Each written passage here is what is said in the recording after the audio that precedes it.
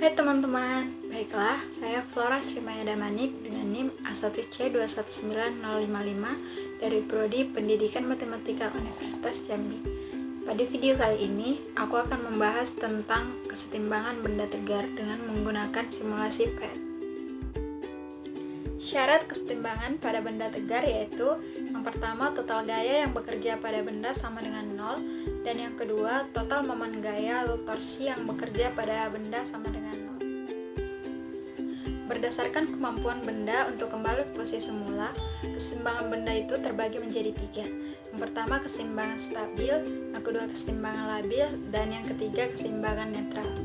Keseimbangan stabil adalah kemampuan suatu benda untuk kembali ke posisi semula saat benda diberi gangguan. Gangguan tersebut mengakibatkan posisi benda berubah. Benda yang berada dalam keseimbangan stabil bisa mengalami gerak menggeser yang biasa disebut dengan translasi atau mengguling yang biasa disebut dengan rotasi saat diberi gaya dari luar. Apa sih syarat benda dikatakan mengalami translasi atau rotasi?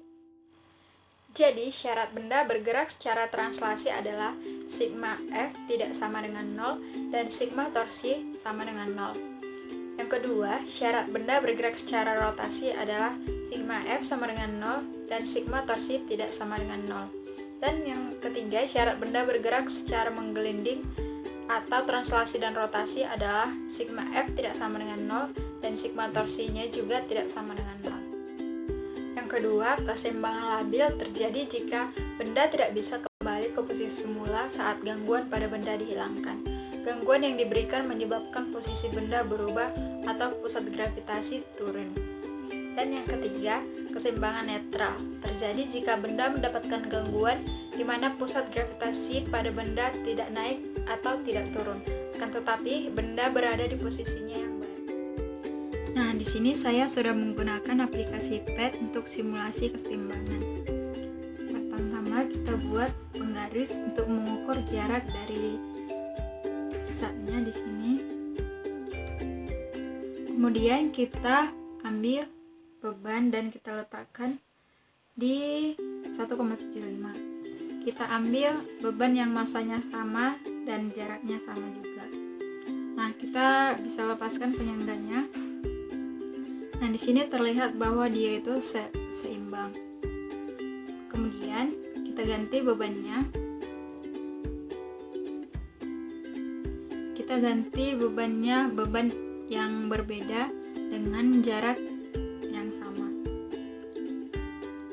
Di sini ada seseorang yang masanya 80 kg dan 20 kg di jarak yang sama. Kita lepaskan penyangganya. Nah, di sini kita lihat bahwa dia itu tidak seimbang. Kemudian kita akan melakukan dengan beban yang masanya berbeda dan jaraknya berbeda. Yang pertama, seseorang yang masanya 60 kg kita put di angka 1. Kemudian seseorang yang masanya 30 kg di angka nomor 2. Nah, kita lepaskan penyangganya. Nah, di sini bisa kita lihat bahwa dia tetap seimbang walaupun masanya berbeda.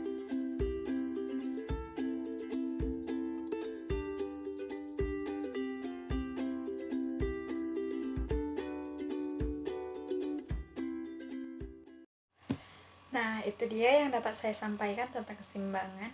Terima kasih sudah menonton. Dadah.